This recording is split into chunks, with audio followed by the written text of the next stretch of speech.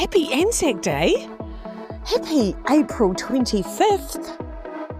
How good is ANZAC Day, right? I love ANZAC Day because it reminds me of my beautiful granddad. My beautiful granddad would have been 104. And every time I hear that little purr, purr, purr, purr, purr, purr, and I see a red poppy, I think of my beautiful granddad who fought in the war.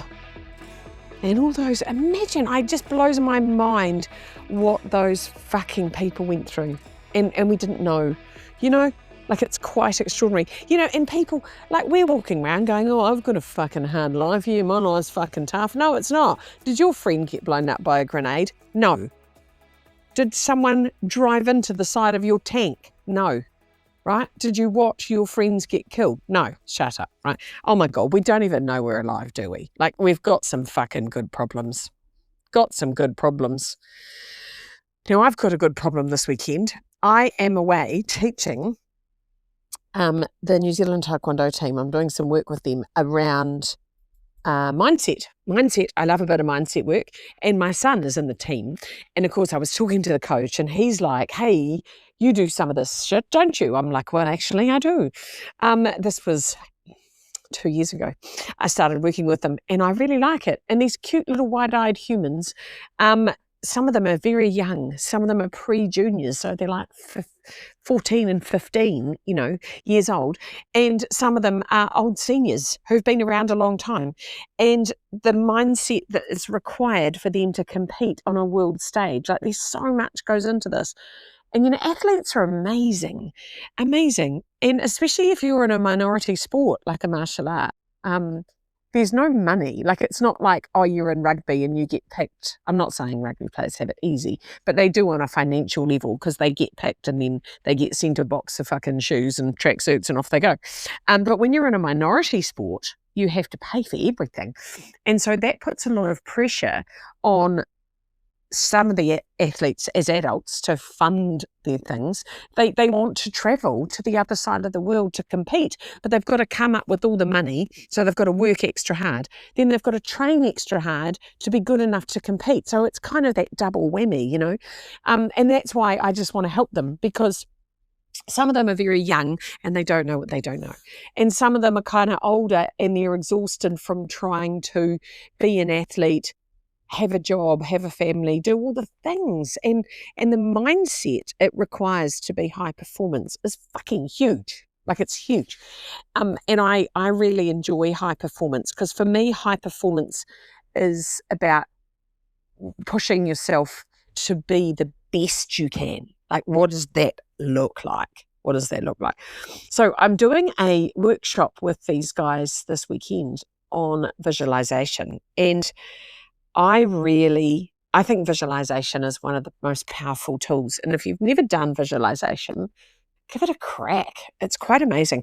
I've always had a movie in my head of something I want, of something I'm desiring. And all my life I've had it.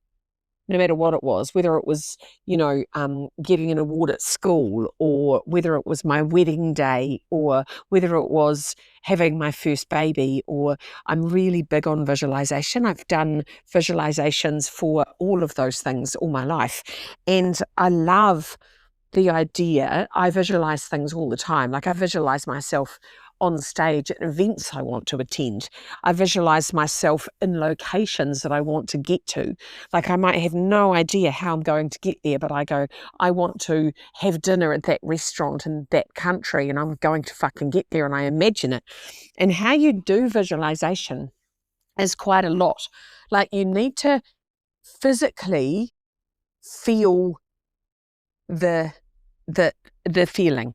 And so for that, it's quite a lot. It's like you've got to really focus on the physical sensations. Like, it's all very well to close your eyes and imagine that you are standing at an airport, but you need to think about the sensations of what does it feel like to be in that airport? What are you wearing? What shoes can you feel your feet in? What's the environment that it's like? Is it crowded? Is it busy? What's the smell? Like, what's the smell of that? And how do you feel while you're in that space?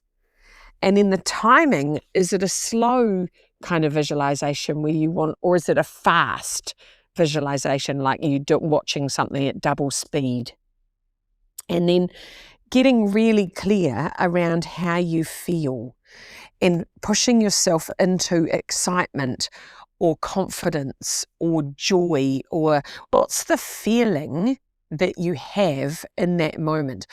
The great thing is your mind doesn't know the difference between a fake memory and a real memory. And visualization is about stuffing your head full of fake memories, and then your brain goes, oh yeah, I can do that. Oh yeah, I can go there.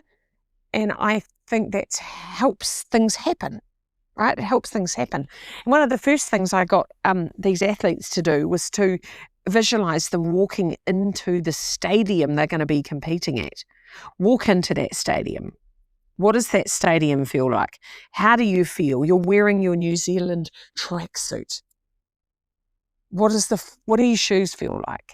How tall are you walking? After we did the visualization, I made them walk around the room as international athletes and stand up straight and proud and not just slump around like the 15-year-old kid that walked into the gym that morning. I want them to step into a character, to become an alter ego. I love the idea of becoming an alter ego. And Todd Herman wrote a book called Alter Ego, which is really good. But it's also the whole Beyonce's concept of Sasha Fierce. And she couldn't, as a nice church girl, she couldn't be the person she needed to be on stage. So she created a character called Sasha Fierce. And Sasha wasn't Beyonce. So when she was Sasha Fierce, she could do all kinds of like sexy moves and crazy dance things that she would never do as herself. And it's like creating an alter ego of your future self. What does the future of you look like? How do you feel? What do you look like? What are you wearing? Where are you going? What's the environment? Like, I just love all those questions. So there you go. If you've got some time over ANZAC weekend, do a little visualization. Like smell, sight, listen, feel your heartbeat, feel your feet. Notice how you feel. Lock into that. Breathe into it. Let the movie play in your head. And then once you create a beautiful movie, a beautiful visualization of something you want, maybe you want to go to Italy. So you're going to imagine yourself walking down the streets of Italy. What are you wearing? What bag are you carrying? What's in your hand? What sort of shoes have you got on? What's the weather doing? What can you smell? Like really get deep into making this movie of yourself. And if you keep playing that, your mind, your subconscious mind will go, we better get this bitch to Italy because she's been there. You know, it just happens. And it's part of the manifestation of visualization, which is extraordinary. So there you go. Create and curate an amazing movie for yourself, of yourself, and then play it often.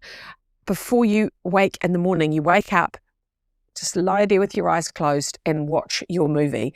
When you get into bed at night, thank the universe for the day you've had, thank the bed for supporting you, and then play your little movie. And it's the last thing your mind thinks about before it goes into a dream state. Oh, there you go. That's my rant about visualization. God, I love it. I love it. Have a wonderful weekend. Bye.